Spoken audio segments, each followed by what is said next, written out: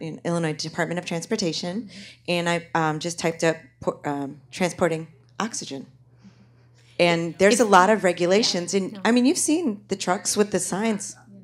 Yeah. It's a busing regulation, so check with your state Department of Transportation. Also, carrying those tanks, they're heavy, and it can. Yeah, it's and now you're opening a door to some other risks. So I would just go to them and say, it's really safer for everybody if you would just accept this delivery. And they can be scared and worried. You know what? They're storing way scarier stuff there. They got a chemistry lab, right, or a science lab. They got bigger, badder issues to worry about than oxygen. So.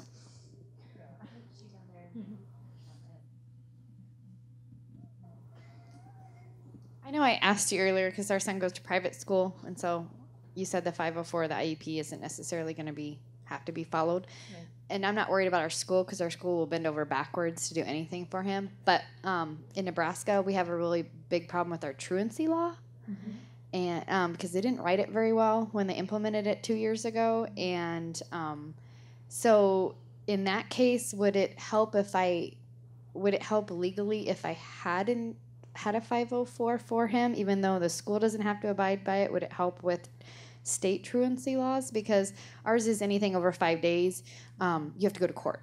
And there are even in your private school? Yes, all schools have to report attendance. And luckily, our school has been reporting his attendance a little not truthfully.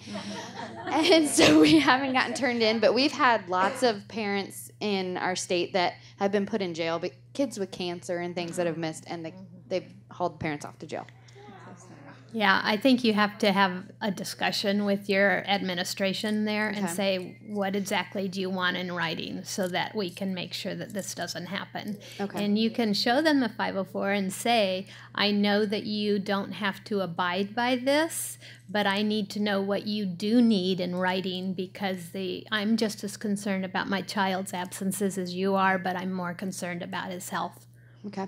And we've only been at this a couple years, but I always have a meeting that, those teachers always go back to school like the week before the kids do. So I always schedule a meeting with my son's, all of his teachers, from the library person down to the cook is even there, and just say, this is what his disease is, this is what it looks like, this is what you need to know, you need to know, you need to know. And I don't know if anybody else does that, but I've found it's helpful to sit down with the teachers and actually face-to-face talk to them rather than just hand them something and say, this is what you got to do.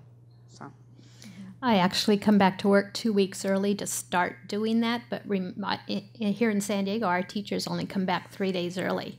And to get around to all of those teachers to get that training done in 3 days and all the unlicensed people is absolutely impossible. So, yeah, parents need to advocate for your child and at least get there and do what you can. If you can get an audience, invite your nurse to come along, and if they can come, great, and if they can't, do it anyway. I was just going to add a little bit to what Amber said. I'm from Canada too, so I know our situation is a little bit different. But one thing that I don't know how you guys' system works, but as up in Alberta, the boundaries are getting larger and larger, and they're changing. And so before you know it, you've lived in the same location for 7 or 8 years, and now they're telling you, oh, well, we've changed the boundaries, so your child's not going to go to school here anymore. And we had to fight, like you wouldn't believe, to be able to keep Courtney at the school she was at, because they thought, well, she just needs oxygen, so what's the difference if we move her to another school?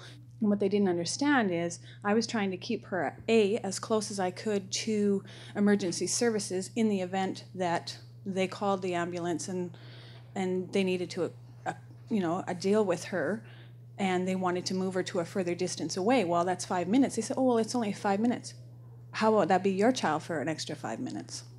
So I don't know how that can be addressed in the form of an IEP or where you would put that, but I know for us we had to struggle a lot, not only from the medical side but from the emotional side, because you're dealing with a situation where she's been there for 4 years. The staff know her, the students know her, they're accepting of her, they don't treat her differently, and now you're going to move this child to another school where the teachers are scared. The staff and students alike are all worried that something's going to happen. So I don't know how you guys address that here, but I just wanted to tell all the parents, you have to fight for that. If your child ends up going to school full-time with Oxygen, you need to fight to keep them there. If they say cross boundary, you have to say, no, this child needs to stay here. Most school districts have a voluntary inter-district transfer program. So check with your school district again on their policy about an inter-district or inter-school transfer, and go that route first, because it may just mean an application and get an acceptance by the principal. So and if that doesn't work, then go with your physician like you did and your healthcare providers. So, I had one last little kind of, I guess, blip to say here. Our daughter's 17 months, and her brother had an IEP at 2. He had severe ear infections and had speech development delay. So he basically didn't talk till he was almost 3. And because of his IEP, well, he was initially had an IEAP before, because he was only 2, and then as soon as he hit 3, he went to an IEP. It's very complicated.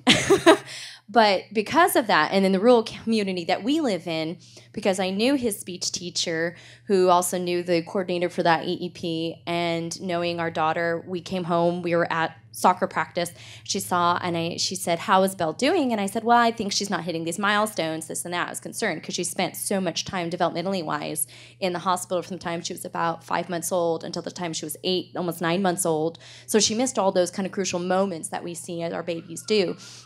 So she said, oh, I'll start an IEAP, whatever, right away for her. So kind of our rural community, knowing who you know, actually helped. So, which our regional center is 2.5 hours away. So they did all the arrangements for me. They came to my home because of her oxygen dependency, so I didn't have to take her anywhere.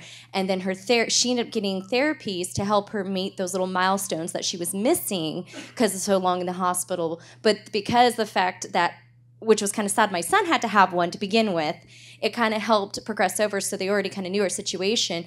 But it was nice because they came to our home. They did her services at home. We set it up every weekly, and she was able to meet her milestones and then exceed them in a much faster time frame. And it was fantastic. Again, and I know this is California, and we are in California, which is almost unheard of to get anything done in a fast process.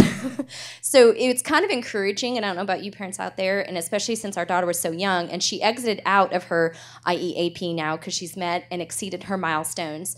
But it actually helped open the door into when she is able to go into, and I'm not sure where she's going to go, or preschool-wise when she becomes of age, or how am I even going to tackle that?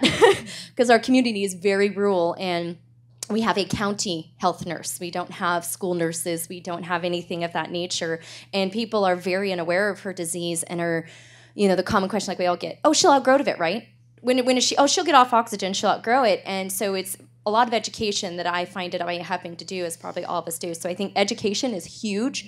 And that was going to be my question, is how can we get our schools more educated, if you will? And what say either as us as parents do, or what can we do, or who can we go to start implementing either education, and not just, in California's California, but I'm sure as in other states, you parents may find it, or other countries, you parents may find, some bumps and roads and blocks and things of that nature. And what can we do to kind of help encourage and speed up the process?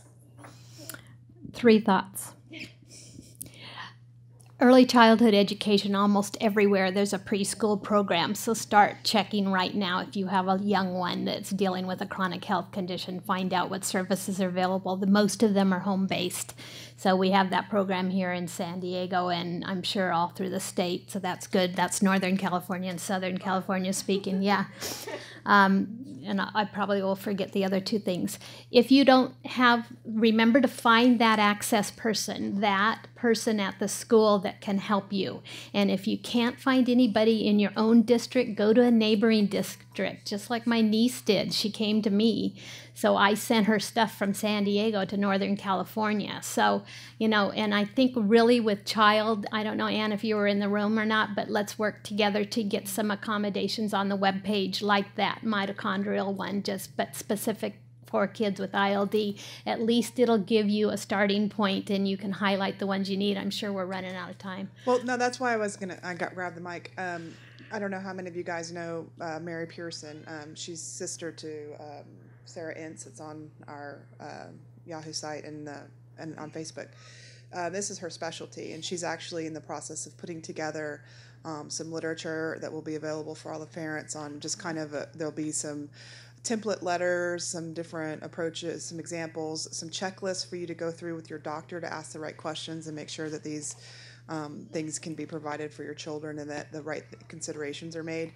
And, you know, she sent me a draft. It's been sitting on my desk for about 6 weeks for me to look over. But we'll be working on that. So if you're interested in helping on that too, we'll probably try to get a committee together to get that stuff up on the website. But that is in the works. And she's also very willing to help review proposals for IEPs and to help draft things. And her sister's busy fighting the system. So they have a lot of experience and are willing to give advice and help find resources. We've also we have a social services book that lists the resources by state and the different numbers to contact. It's expired, so we've ordered a new one that should be with us in the next month or so. So if you need numbers for your state, just shoot me an email and we can get you resources for where you live. If you are in California, the California School Nurse Association has a new publication out called the Green Book, and it's available for purchase on the csno.org website. And it's all the special ed and 504 and IHSP and sample regulations and sample forms, the form that's in your packet that I passed out to you, that is from that book. And it's not cheap. It's on disc, so you can, you know, download it and use it. But if you have to work with your district and you don't think your district is following your child's legal rights, that's a wonderful resource for you. And it's new. It was just finished last year. Is there a handout for the 504? There's 2 handouts right here. I'm going to put them on the table.